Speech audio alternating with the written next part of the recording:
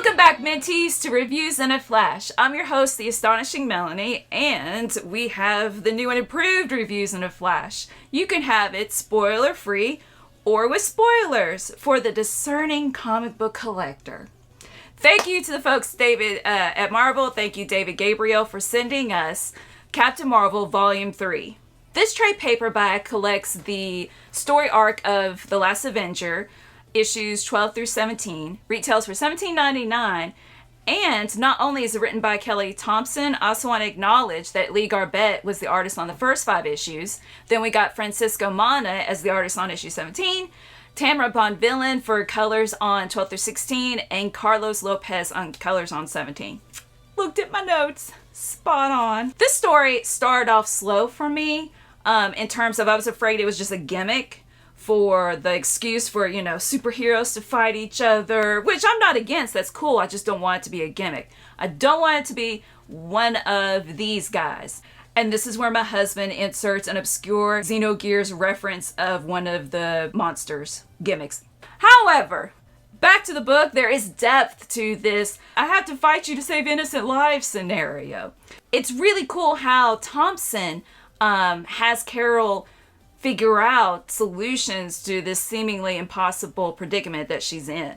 That was a whole lot of the fun of reading this. Okay, so we've got Vox Supreme, this new character villain, holding Kree refugees hostage. He's trapping Carol in a suit, hence the new cool look. Really like it.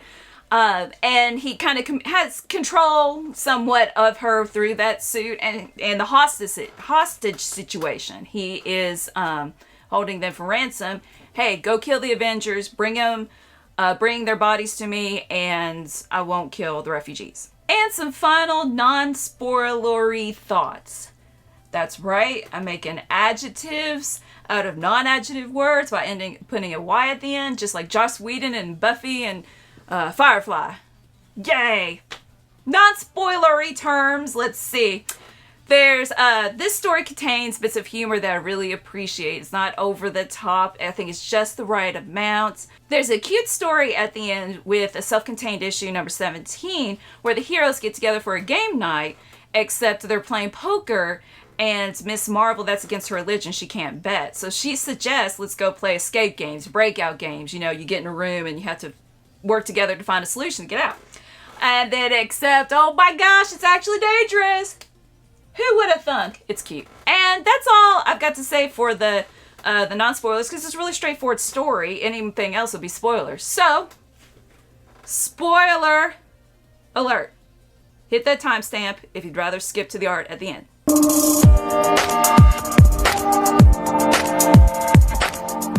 Okay, for spoilers, I'm going to list off the parts of the battles that I think are really cool. Okay, here we go. We've got Captain Marvel storing up energy in order to just blast Thor's hammer just off into space. He's like, whatever. And he's like, why isn't it coming back? I love that part. Oh, and then when she's fighting Tony Stark, she just crushes his windpipe. He can't call on his army of robots now, can he? And, okay, in this part, made me tear up because we got Captain America over here standing in the snow being like, what's going on? And Captain Marvel's like, I can't tell you. And he's like, okay. And she's like, oh, I gotta fight him. And he drops his shield and he's like, I trust you, Carol. And she tears up. I was like, oh my gosh, he's such a good guy. And then she says, I'm gonna have to punch you now. And he's like, I know. Yeah, it was really cool. Okay. Then, when Carol finally confronts Vox Supreme, and they're fighting it out. She gets doused with this stuff, and she turns into an amalgamate. Is that the right word? Think Undertale. Think, the DNA from the superheroes all combined together, and it's really creepy. You've got, like, a face here, and she's all hulked out, and, have you ever seen The Color Out of Space? It's like the mother and son joining. That really creeped me out. So as she's fighting Vox Supreme with all these other DNA from heroes, she's got Thor's DNA. And what does she do? Calls on the hammer, comes to her hand. That was really cool. Not as cool as in the Avengers movie where, it wasn't cheating. Captain America genuinely called upon the hammer. Gonna say hammer because I cannot say its correct name. Molgener. She has the enable, whatever. It was still really cool. Yeah, you don't have to read the comic, right? Just watch all those reenactments and you got the story. Now that I've geeked out about the story, let's take a look at the art by Garbett and Mana. Mark Brooks did the covers for these issues. That's why they're epic as HE double hockey sticks. Except one thing, I don't like it when they put characters on the cover that aren't in the book. Tricking us. Very nice. So here we have, at the beginning, a mysterious woman who, you know, has Captain Marvel's symbol, fighting Thor. Who could it be? He's about to find out. There we go. Now, I'm not gonna lie. I thought her mascara was like running down her face. It was smeared or something.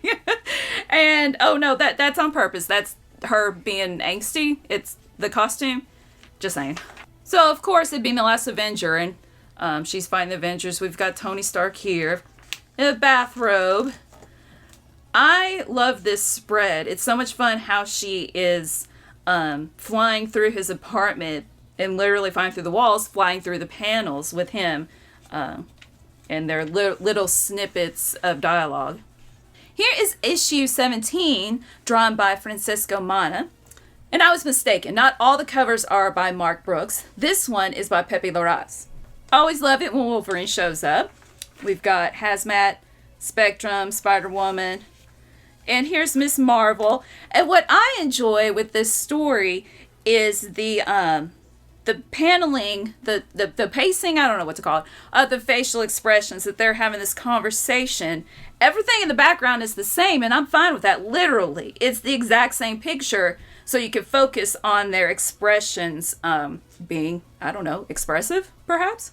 So I just learned from the Uncanny Omar that cover artists sometimes don't know anything about the characters that they're drawing. So that explains why, in this pose, I feel that Captain Marvel is a little too dainty, too soft, that doesn't match her personality. That always bothers me when covers don't match the personalities of the characters. Final thoughts. I was going to give this an 8. I really liked it, but now that I've truly geeked out with you all over it, I think I'm going to raise it to a 9, because it was fun. I like Carol Danvers' intelligence and determination. I appreciate Thor and Tony Stark's humor. Hulk was fun. She-Hulk was fun. I usually am aiming high in my ratings for like epic tales. They're really going to stay with me, but this was just a lot of fun. I give it a 9, and I highly recommend that you pick this one up. So thank you guys so much for watching. Thanks for joining me. Please leave in the comments below if you have read this book, what some of your favorite scenes were. And as always, please support us, hit that like button. You can support us on Patreon. Thank you so much, guys. Stay safe. Stay minty. And I don't...